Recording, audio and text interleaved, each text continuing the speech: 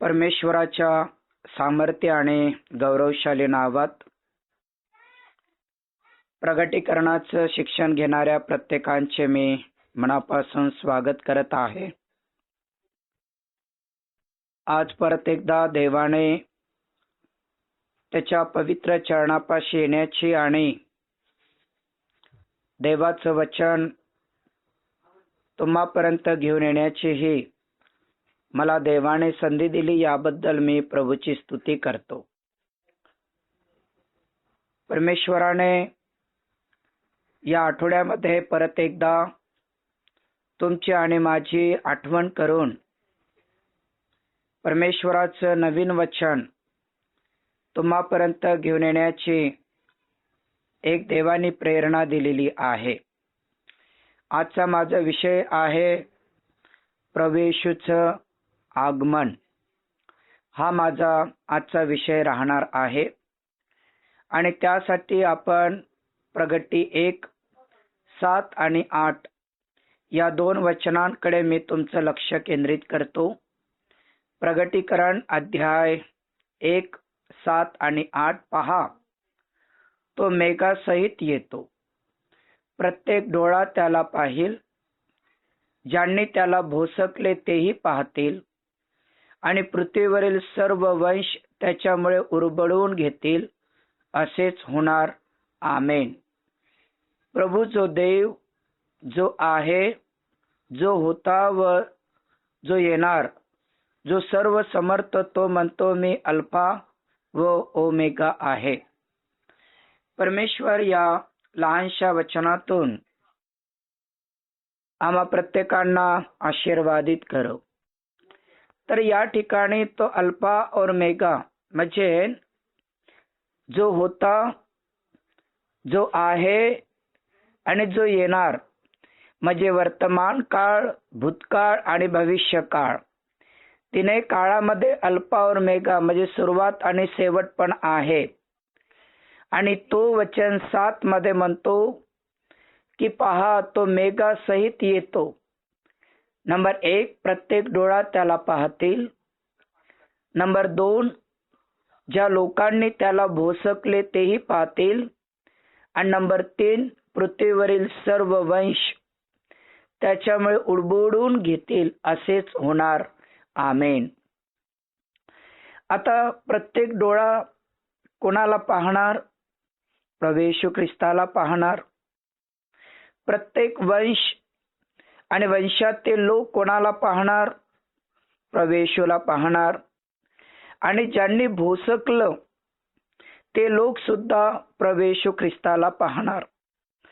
आता काहींच्या मनामध्ये विचार येतील की 2026 वर्षापूर्वी येशू या जगात आला, 3.5 वर्ष सेवा केली आणि त्या काळात ज्या रोमी साम्राज्य लोकांनी भोसकलं ते लोक कसे पाहतील? तर प्रियांनो, मातीतलं शरीर हे मातीला मिळणार आणि आत्मा हा अमर आहे आणि देवानं दिलेला आत्मा हा देवाकडे जाणार. आणि ज्यावेळेस प्रभू येशू ख्रिस्त येईल त्यावेळेस पृथ्वीवर असणारा प्रत्येक डोळा त्याला पाहतील, ज्यांनी ख्रिस्ताचा नकार केला. प्रत्येक वंशातील लोक त्यांना पाहतील, ज्यांनी 666चा शिक्का घेतला. आणि ज्यांनी त्याला भोसकलं ते आत्मे सुद्धा जागृत होतील आणि आत्मे सुद्धा प्रभू येशू ख्रिस्ताला येताना पाहतील आणि म्हणतील की हाच तर देव आहे, ज्याला आम्ही वधस्तंभावरती हातापायामध्ये खिळे दिले, ज्याच्या डोक्यात आम्ही काट्याचा मुकुट दिला, ज्याच्या पाठीला आम्ही 39 फटके मारले, ज्याच्या पोटामध्ये आम्ही भाला खुपसला. ते लोक आत्मिक दृष्टीने प्रभू येशूला पाहतील. ज्या आत्म्याच्या रूपात ते राहतील ते पाहतील आणि उरबडून घेतील आणि म्हणतील की आमच्याकडून किती मोठी चूक झाली. परंतु आनंदाची सुवार्ता की जे लोक तारण प्राप्त झालेले आहेत ज्या लोकांच्या पापांची क्षमा झालेली आहेत, ज्यांनी प्रभू येशू ख्रिस्ताला आपलं जीवन समर्पण केलेलं आहे, तो प्रभू येशू बादलावर बसून येईल तेव्हा त्याचे लोक सगळ्यात पहिले उचलल्या जातील आणि त्याचे लोक उचलल्या जातील आणि मग पृथ्वीवर ज्यांनी 666चा शिक्का घेतला ते लोक त्याला आपल्या डोळ्याने पाहतील.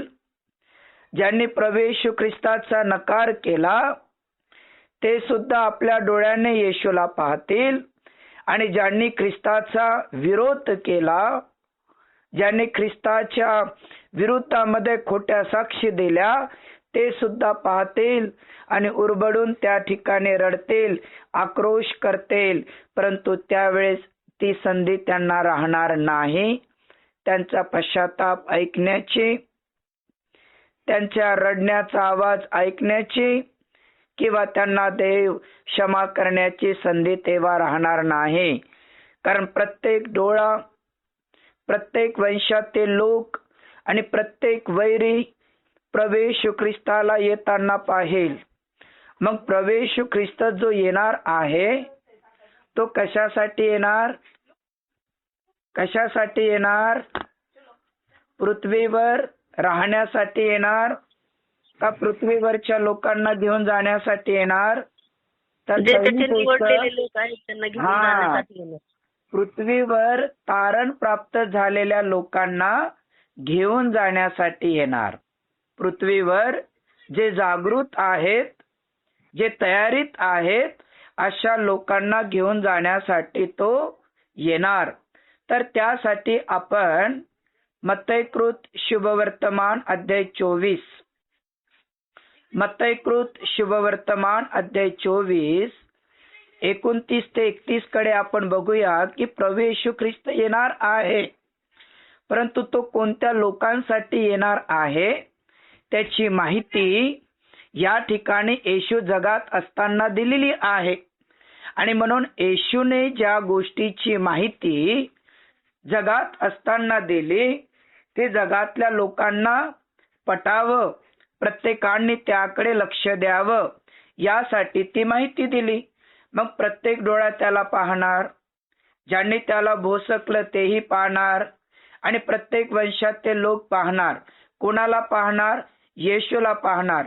परंतु येशू हा लोकांना दिसण्यासाठी नव्हे, तर त्याचा मेन उद्देश त्याचे जे तारण प्राप्त झालेले लोक आहेत, त्याचे जे निवडलेले लोक आहेत, अशांना तो घेण्यासाठी येणार. त्यासाठी मत्तई 24 29 ते 31 कडे लक्ष देऊया आपण. त्या दिवसातील संकटानंतर लगेच सूर्य अंधकारमय होईल, चंद्र प्रकाश देणार नाही, तारे आकाशातून पडतील व आकाशाची बळे डळमळतील. तेव्हा मनुष्याच्या पुत्राचे चिन्ह आकाशात प्रगट होईल. मग पृथ्वीवरील, आता लक्ष द्या बरं का वचन 30 कडे, मग पृथ्वीवरील सर्व जातीचे लोक शोक करतील आणि ते मनुष्याच्या पुत्राला आकाशातल्या मेघावर आरूढ होऊन पराक्रमाने व मोठ्या वैभवाने येताना पाहतील. करण्याच्या महानादाबरोबर तो आपल्या दूतांना पाठवेल आणि ते आकाशाच्या एका सीमेपासून दुसऱ्या सीमेपर्यंत त्यांच्या निवडलेल्यांना चारही दिशाकडून जमा करतील. तर वचन 31 मध्ये चारही दिशाकडून त्याच्या निवडलेल्या लोकांना घेऊन जाण्यासाठी प्रभू येशू ख्रिस्त येणार. आणि मग प्रभू येशू ख्रिस्त ज्यावेळेस येणार त्याच्या अगोदर 4 गोष्टी घडणार. वचन 29 मध्ये संकटाच्या नंतर सूर्यप्रकाश देणं थांबवेल, चंद्रप्रकाश देणं थांबवेल, तारे आकाशातील पडायला सुरुवात होतील आणि नंबर 4 आकाशाची बळे डळमळतील. म्हणजे प्रभू येशू ख्रिस्त जेव्हा त्याच्या निवडलेल्या लोकांना घ्यायला येईल तर तो येण्याच्या अगोदर संकट येतील. पृथ्वीवर असताना मोठमोठाले संकट येतील. एकामाग एक संकट येतील. आणि एकामाग एक संकट आल्यानंतर जे निवडलेले आहेत, जे वेगळे केलेले आहेत, ते देवाची वाट पाहत राहतील. आणि त्यावेळेस सूर्यप्रकाश देणार नाही, तारे आकाशातून पडतील, चंद्र अंधकारमय होईल, पृथ्वीवरचे बळे डळमळतील आणि सर्व जातीचे लोक शोक करतील, दुःख करतील, रडतील, आक्रोश करतील. आणि त्यावेळेस प्रभू येशू ख्रिस्त मोठ्या वैभवाने आणि मोठ्या पराक्रमाने तो उतरेल आणि तो ढगावरच राहील. आणि तिथून त्याचे स्वर्गदूत पृथ्वीवर येतील आणि पृथ्वीवर पूर्व, पश्चिम, उत्तर, दक्षिणकडे जिथं जिथं त्याचे निवडलेले लोक, प्रार्थना करणारे लोक, आज्ञेचं पालन करणारे लोक, पवित्र जीवन जगणारे लोक, ख्रिस्ताच्या वचनात टिकून राहणारे लोक, अशा प्रत्येकांच्या घराघरात स्वर्गदूत येतील. आणि चारही दिशाकडून स्वर्गदूत म्हणतील की चला, तुम्हाला घेण्यासाठी आणि अनंत काळाचं राज्य, सार्वकालिक राज्य तुम्हाला मिळावं म्हणून तुम्हाला घेण्यासाठी आम्ही आलो आहेत. आणि प्रियांनो, पृथ्वीवरचे सर्व जातीचे लोक शोक करतील, आक्रोश करतील, रडतील, वेगवेगळ्या प्रकारचे उरबडतील.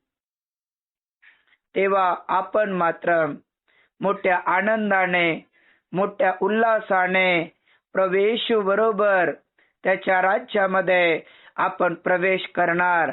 आणि तुम्हाला आणि मला घेण्यासाठी मेघावर बसून येशू जेव्हा येईल, त्यावेळेस तो ढगावर बसेल, तेव्हा पृथ्वीवरचा प्रत्येक डोळा त्याला पाहतील की प्रभू तो आलास.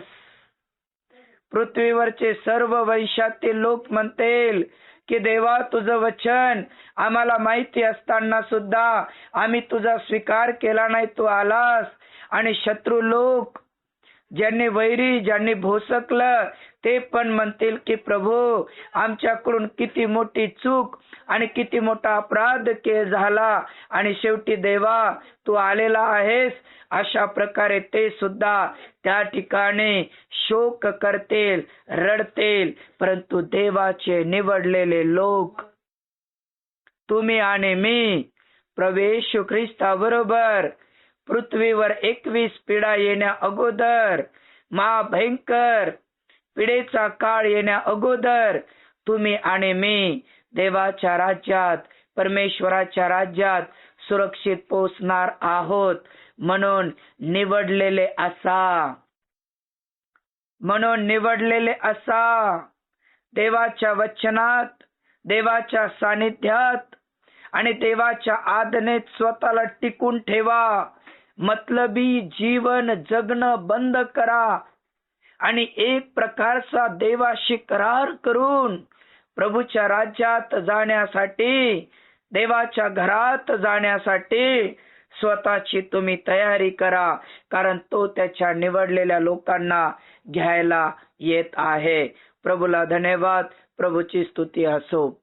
परत लूक अध्याय 21 25 ते 28 कडे आपलं लक्ष लावूया. चला, आपापले पवित्र शास्त्र तुम्ही उघडा. लूक अध्याय 21 आणि 25 पासून तर 28 पर्यंत काही जे देवाची वचन आहेत त्याकडे आपण आपलं लक्ष लावूया. आणि या ठिकाणी सुद्धा प्रभू येशू ख्रिस्ताचं जे येणं आहे ते कशा प्रकारे आहे त्याची पण माहिती या ठिकाणी दिलेली आहे. आणि म्हणून आपण वाचन करूया लूक 21 25 ते 28 कडे. तेव्हा सूर्य, चंद्र व तारे यात चिन्ह घडून येतील. पहिल्याच्यात काय आपण पाहिलं? सूर्यप्रकाश देणार नाही, चंद्र अंधकारमय होईल आणि तारे आकाशातून पडतील. बरोबर आहे, हे आपण पाहिलं. आता या ठिकाणी लूक 21:25-28 सूर्य, चंद्र व तारे यात चिन्ह घडून येतील. वेगवेगळ्या प्रकारचे चिन्ह घडून येतील. पृथ्वीवर समुद्र व लाटा यांच्या गर्जनाने रास्ते घाबरत पेचात पडतील. भयाने जगावर कोसळणाऱ्या अरिष्टाच्या धास्ती घेतल्यामुळे माणसे मरणमुख होतील, कारण आकाशातील बळे डळमळतील. तेव्हा मनुष्याचा पुत्र पराक्रमाने व मोठ्या वैभवाने येताना लोकांच्या दृष्टीस पडेल. या गोष्टीची आरंभ होईल तेव्हा सरळ उभे राहा आणि आपली डोकी वर करा, कारण तुमच्या मुक्तीचा समय, तुमच्या मुक्तीचा समय, कष्ट, क्लेश, दुःख, पीडा, वेदना या मुक्तीचा समय जवळ आलेला आहे. तर प्रभू येशू ख्रिस्त जेव्हा येईल प्रियांनो, त्यावेळेस सूर्य, चंद्र व तारे यामध्ये मोठमोठाले चिन्ह घडून येतील. पृथ्वीवर आणि समुद्रावर मोठमोठाल्या गर्जना होतील. पृथ्वी आणि समुद्रावर गर्जना होतील. असे आवाज येतील की जे लोक जगात आहेत, जे उचलल्या गेले नाहीत, जे जगात आहेत, वचन 26 आम्हाला सांगते, ते घाबरतील, अरिष्ट पाहून मरणमुखी पडतील. अचानक अनेक लोक हार्ट अटॅक येऊन भीतीच्या वातावरणामुळे, गर्जनामुळे अचानक आपला जीव सोडेल आणि त्यावेळेस मनुष्याचा पुत्र मोठ्या पराक्रमाने, मोठ्या वैभवाने येताना त्याच्या लोकांना दिसेल. तेव्हा वचन 28 सांगते की तुम्ही सरळ उभे राहा आणि वर पहा. तुमचा निर्माण करता, तुमचा प्रभू, ज्यावर तुमचा आता विश्वास आहे, ज्यांच्यासाठी तुम्ही इतकं कष्ट आणि मेहनत घेऊन जीवन जगता, तो प्रभू तुम्हाला घ्यायला येईल. परंतु तुमच्या अवतीभोवतीचे लोक गर्जना पाहतील, मोठमोठाले पृथ्वीवरती आवाज पाहतील, घाबरतील, पेचात पडतील.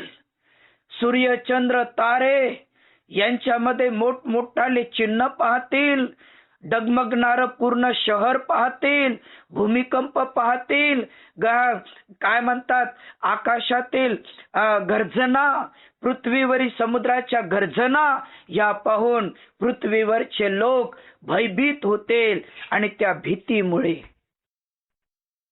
त्या भयामुळे बायबल सांगते की अनेक प्रकारचे लोक मरणमुखी पाहतील, असं वचन 26 सांगते. आणि जागच्या जागी मृत्यू पडतील, जागच्या जागी मरण त्यांना येईल भीतीमुळे. परंतु तुम्हाला आणि मला वचन 28 सांगते की तुम्ही सरळ उभे राहा. तुमच्या मुक्तीचा समय, तुमचा तारणारा ख्रिस्त मोठ्या वैभवाने, मोठ्या पराक्रमाने तुम्हाला घ्यायला येत आहे, तुम्हाला घ्यायला येत आहे. कारण तुम्ही पश्चाताप करणारे लोक आहात ना, तुम्ही देवाचं वचन ऐकणारे लोक आहात ना, तुम्ही प्रगटीकरणाचं एक एक वचन, एक एक अध्याय काळजीपूर्वक ऐकणारे लोक आहात ना. म्हणून तुमच्या मुक्तीचा समय आलेला आहे. तेव्हा तुम्ही या जगातून जाल, तेव्हा तुमची प्रॉपर्टी, तुमचं सोनं, तुमचे हिरे मोती काहीच तुमच्या बरोबर येणार नाही.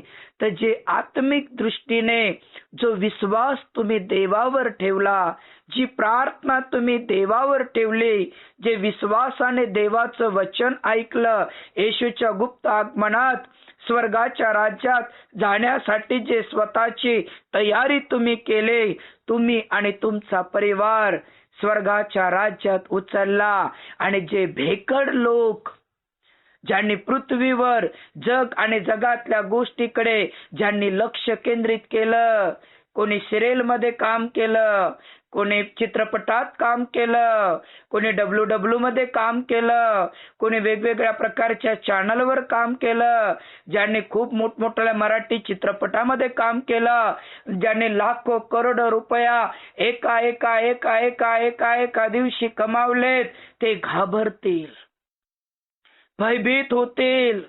त्यांचा पैसा, त्यांची प्रॉपर्टी त्यांना सुख देणार नाही, त्यांना वाचवणार नाही.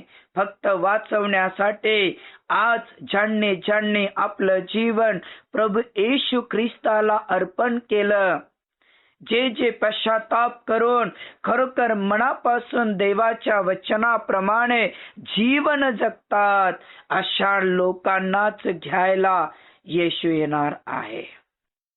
येशू अशाच लोकांना येणार आहे आणि मोठमोठाल्या गर्जना होतील, समुद्रामध्ये लाटा उसळतील, सूर्य चंद्र तारे यामध्ये चिन्ह चमत्कार घडतील, लोक धास्तीमुळे हार्ट अटॅक येऊन जागच्या जागे मृत्यू पडतील. ज्याप्रमाणे एखादे बोरीचं झाड हलवल्याच्या नंतर जसे कच्चे बोर खाली पडतात, अशा प्रकारे परमेश्वर आकाश आणि पृथ्वीला असा खल्ला हलवल्याच्या नंतर जे धनवान आहेत, जे गर्विष्ठ आहेत, जे चित्रपटात काम करणारे आहेत, जे लोकपती आहेत, ते बोरासारखे पटापट खाली पडून मरण पाहतील. तरी त्यांना वाचवण्यासाठी, त्यांना डॉक्टर पर्यंत नेण्यासाठी आणि त्यांचा जीव वाचवण्यासाठी एक पण व्यक्ती राहणार नाही. म्हणून तुम्ही धन्य लोक आहात. पृथ्वीवर दुःख, कष्ट आणि त्रास तुमच्या जीवनात असेल, वेगवेगळ्या प्रकारच्या अडचणीशी तुम्ही सामना करत असाल, कदाचित तुमच्या अवतीभोवतीचे लोक तुमची निंदा नालस्ती करून, तुमच्याबद्दल वेगवेगळ्या प्रकारचा विचार करून हसत असाल. हसू द्या, बोलू द्या. तुमची परिस्थिती पाहून जेवढी तुमची मजा घ्यायची घेऊ द्या, कारण तुमचा आणि माझा देव, तुमचा आणि माझा वधूवर तुम्हाला आणि मला घ्यायला मोठ्या पराक्रमाने, मोठ्या वैभवाने येईल. तेव्हा प्रगटी 1 आणि वचन 7 प्रत्येक डोळा त्याला पाहिल. ज्यांनी देवाच्या वचनाचा अपमान केला ते पण पाहतील. ज्यांनी देवाच्या सेवकावर वेगवेगळ्या प्रकारचा आरोप ठेवला ते पण पाहतील. ज्यांनी प्रभू येशू ख्रिस्ताविरुद्धात बोलले ते पण पाहतील. ज्यांनी प्रभू येशूला भोसकलं तेही पाहतील. आणि ज्यांनी ख्रिस्ताचं सत्य वचन ऐकून त्याकडे दुर्लक्ष केलं, असे प्रत्येक व्यक्ती येशूला पाहतील. भयाने, भीतीच्या वातावरणाने प्रियांनो, ज्याप्रमाणे कच्ची बोर आकाशातून झाडावरून पडतात, अशा प्रकारे मरून पडतील. परंतु शोक करण्यासाठी आणि त्यांचा जीव वाचवण्यासाठी कोणी राहणार नाही. म्हणून ज्यावर तुमचा विश्वास आहे, तो विश्वास फक्त देवाच्या वचनावरच असायला पाहिजे, देवावरच असायला पाहिजे. तुमचा विश्वास तुमच्या संपत्तीवर असेल, तुमचा विश्वास तुमच्या मुलांवर असेल, तुमचा विश्वास तुमच्या पदावर असेल, तर प्रियानो, मार्क 8:36 वचन वाचा की मनुष्याने सगळं जग कमावलं आणि आपल्या आत्म्याचा नाश केला तर त्याला काय लाभ? सगळं जग कमावलं आणि आपल्या जीवाचा नाश केला तर काय लाभ? काहीही लाभ आपल्याला मिळू शकत नाही. फक्त येशूवरती विश्वास ठेवा. येशू तुम्हाला घ्यायला येणार आणि तो तुम्हाला देवाच्या राज्यात मोठ्या पराक्रमाने आणि मोठ्या वैभवाने नेणार. परत एक वचन आपण वाचन करूया. मार्क अध्याय 13, मार्क अध्याय 13 आणि वचन 22 ते 26. मार्क अध्याय 13 आणि वचन 22 ते 26. कारण खोटे ख्रिस्त व खोटे संदेश ते उपस्थित होतील आणि साधेल तर निवडलेल्यांना देखील फसवावे म्हणून चिन्हे व अद्भुते दाखवतील. तुम्ही तर सावध राहा. मी अगोदरच तुम्हाला सर्व काही सांगून ठेवले आहे. परंतु ही संकटे येऊन गेल्यावर त्या दिवसात सूर्य अंधकारमय होईल, चंद्र प्रकाश देणार नाही, आकाशातील तारे गळून पडतील व आकाशातील बळे डळमळतील. तेव्हा मनुष्याचा पुत्र मोठ्या पराक्रमाने व वैभवाने मेघावर आरूढ होऊन तुमच्या दृष्टीस पडेल. प्रभूला धन्यवाद. आता या ठिकाणी बघा कोणत्या प्रकारचं संकट आपल्याला दिसते. वचन 22 मध्ये कोणत्या प्रकारचं संकट दिसते की प्रभू येशू ख्रिस्त आपल्या लोकांना घ्यायला येण्या अगोदर खोटे शिक्षक, खोटे संदेष्टे उपस्थित होतील आणि साधेल तर निवडलेल्यांना देखील फसवावे म्हणून अद्भुत चिन्ह आणि चमत्कार दाखवेल.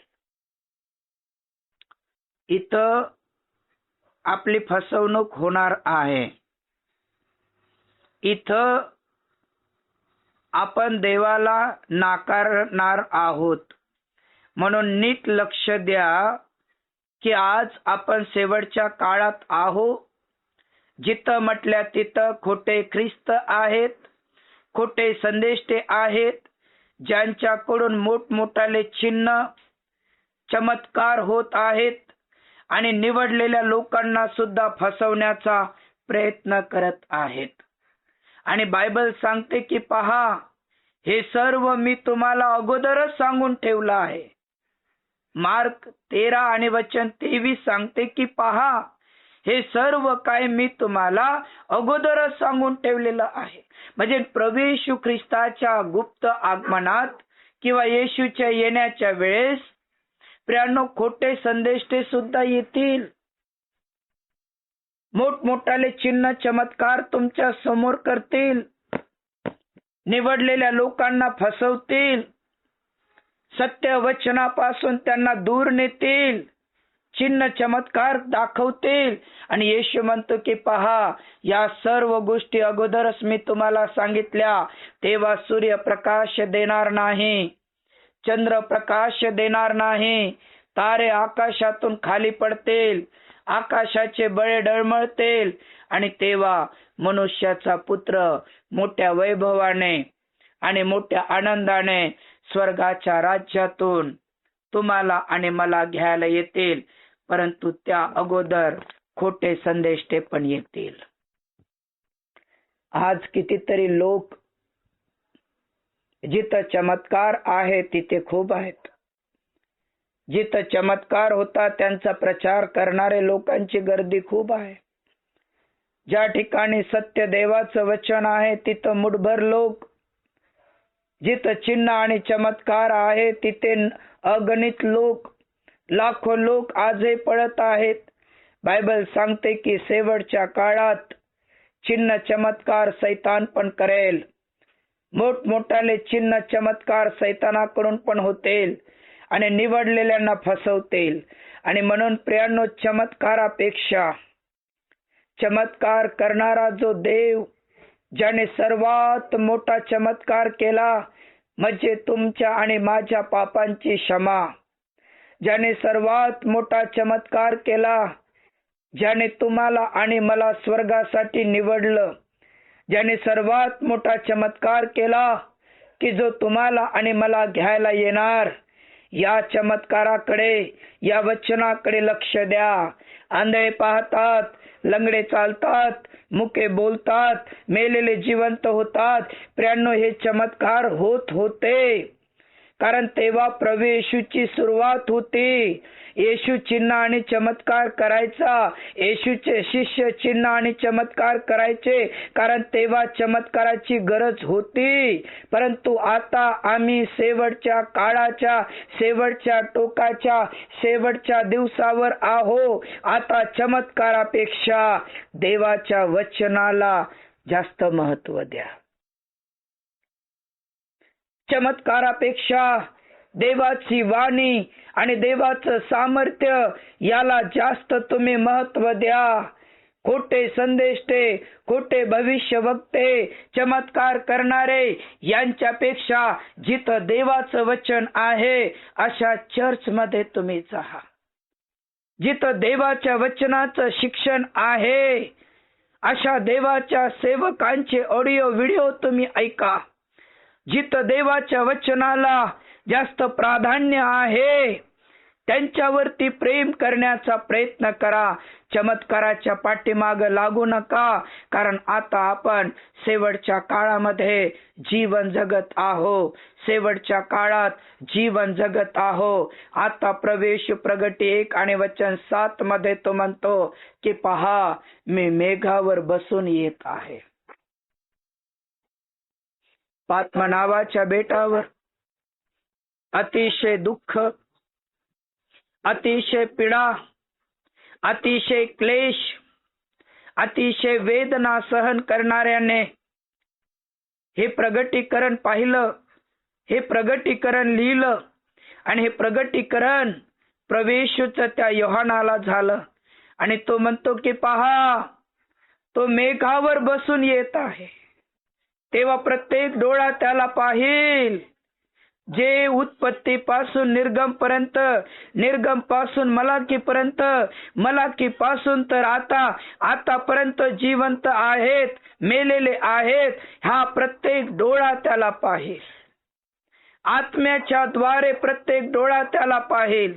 जे जे लोक त्या काळात येशूच्या वचनाचा विरोध केला, येशूचा भोसकलं, खोटे नाटे आरोप आणले, येशूला वधस्तंभावर द्या आणि आम्हाला बरब्बास सोडा असे म्हटले, ते सुद्धा येशूला आपल्या डोळ्याने पाहतील. आणि जे लोक पृथ्वीवरती ज्यांनी 666चा शिक्का घेऊन, ज्यांनी सत्य वचनाकडे दुर्लक्ष करून खोट्या गोष्टीच्या नादी, भूतांच्या नादी लागून ज्यांनी जिवंत देवाचा नकार केलेला आहे, असे पृथ्वीवरच्या सर्व वंशातले लोक येशूला पाहतील आणि उरबडून म्हणतील की आता आम्ही अनंत काळाच्या नरकातच चाललो. आणि नरक इतकं भयंकर आहे की नरकातला किडा कधी मरणार नाही आणि नरकातली अग्नी कधी विझणार नाही. नरकामध्ये रडणे आणि दात खाणे या पलीकडे काहीच राहणार नाही. इतकं भयंकर नरक आहे. आणि त्या नरकामध्ये जे लोक जाणार आहेत ते उरबडतील, डोकं फोडतील, आम्हाला वाचवा, आम्हाला वाचवा, आम्हाला वाचवा, आमच्याकडून झालेली चुका पदरी घ्या म्हणतील. परंतु त्यावेळेस प्रियांनो, स्वर्गदूत, त्याचे निवडलेले लोक, विश्वासणारे लोक, वचनाप्रमाणे आचरण करणारे लोक, याच लोकांना घेऊन जातील. बाकी त्याला भोसकणारे, त्याच्या वचनाचा नकार करणारे, 666चा शिक्का घेऊन ख्रिस्ताच्या विरुद्धामध्ये वागणारे सार्वकालिक अनंत काळाच्या नरकात जातील. मग आज तुम्ही आणि तुमचा परिवार कुठे आहे? आज तुम्ही आणि तुमच्या परिवाराला तुम्ही कुठं ठेवलं?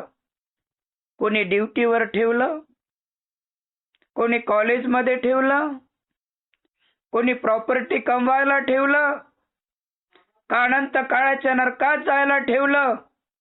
आपला परिवार या वेदनातून मुक्त होण्यासाठी ऑडिओ त्यांच्याकडे पाठवा, लिंक त्यांच्याकडे पाठवा आणि म्हणा, माझ्या मुला, हे सत्य आता तरी ऐकून घे.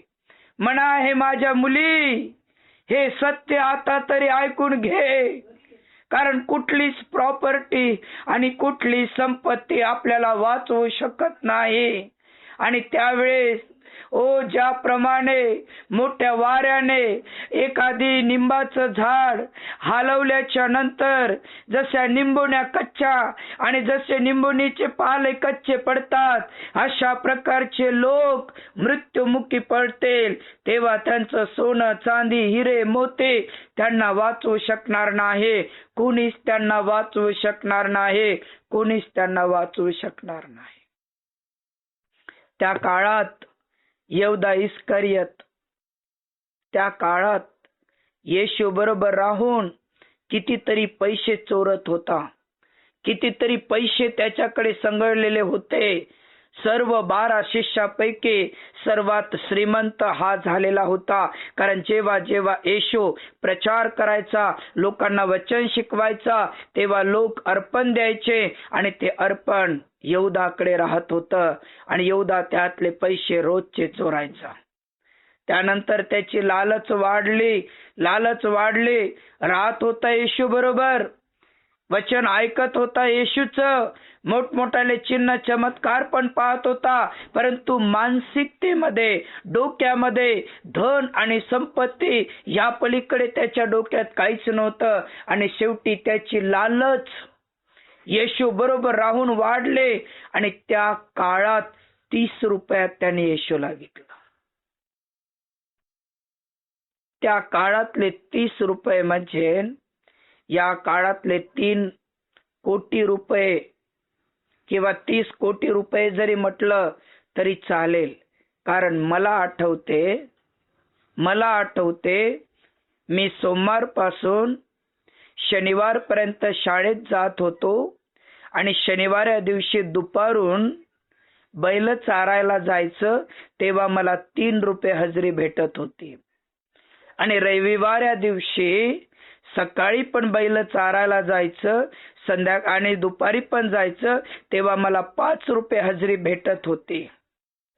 मग या 43-44 वर्षाच्या काळात मी 3 रुपये हजेरी पाहिले, तर 2026 वर्षापूर्वीचे 30 रुपये म्हणजे 30 कोटी सारखे असायला पाहिजे गड्या.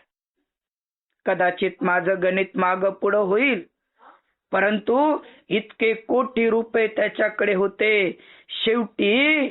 शेवटी त्याच्या मनाला पस्तावा झाला. त्याने ते पैसे घेतले आणि मंदिरात फेकले आणि जाऊन त्याने गळफास घेतला, दोरी तुटली आणि तो खाली एका गजावर पडला आणि त्याचं पोट फुटलं आणि सगळी आतडी बाहेर आली यहूदाची. एवढा कोटी रुपया त्याला वाचवू शकला का? लाखो रुपया वाचवू शकला का? नाही. शेवटी त्याला पस्तावा झाला, पैसे फेकून दिले, गळफास घेतलं. ते दोरीनं सुद्धा त्या यहूदाचा नकार केला, ते दोरी सुद्धा तुटले आणि खाली पडल्याच्या नंतर जे गज आहे लोखंडाचे, त्यांनी सुद्धा त्याचा धिक्कार केला आणि त्याच्या पोटात आरपार गेले. आणि आरपार गेल्याच्या नंतर त्याच्या पोटातली आतडी म्हणजे अंतःकरणात किती वाईट गोष्टी भरलेल्या होत्या, किती वाईट भावना भरलेल्या होत्या, किती वाईट मार्गाने चालणारा होता, किती धन संपत्तीवर जीव लावणारा होता. म्हणून सगळीच्या सगळी आतडीच बाहेर देवानं काढले. अशी वेळ आपल्या लेकरांवर यावं नाही, आपल्या मुलांवर, मुलींवर, सुनांवर, नातवंडावर यावं नाही. म्हणून संपत्ती कमावण्यासाठी त्यांना मोकळं सोडू नका. परमेश्वराचं वचन कमावण्यासाठी, देवाच्या वचनात त्यांनी वाढण्यासाठी, देवाच्या राज्यासाठी तयार होण्यासाठी त्यांच्याकडे तुम्ही लक्ष द्या. चला आपले नेत्र बंद करूया. प्रभूच्या हातात आपलं जीवन आपण समर्पण करूया. कारण तो प्रारंभ आणि शेवट आहे, अल्फा और ओमेगा आहे. जो होता, जो आहे, जो येणार, वचनाट प्रमाणे जो आहे, जो होता, जो येणार, तो त्याच्या वचनाप्रमाणे त्याच्या लोकांसाठी येणार. आज आपला परिवार कुठे आहे? आज आपलं कुटुंब कुठे आहेत? डोळे बंद करून त्यांच्यासाठी प्रार्थना करा. मी लिंक त्यांना पाठवतो का? मी ऑडिओ त्यांच्यापर्यंत पोहोचवतो का? ज्या ग्रुपला मी आहे त्या ग्रुपमध्ये हे सत्य मी पोहोचवतो का? माझ्या नातेवाईकापर्यंत ही सत्यता पोहोचवतो का? स्वर्गाचं राज्य काय आणि सार्वकालिक नरक काय, या सर्व गोष्टीचा अभ्यास मी माझ्या परिवाराला, माझ्या कुटुंबाला देतो काय, याचा एकदा पश्चाताप करा. आपलं जीवन प्रभूच्या हातात समर्पण करा. आणि प्रियांनो, थोडा वेळ पश्चाताप करा, थोडा वेळ पश्चाताप करा.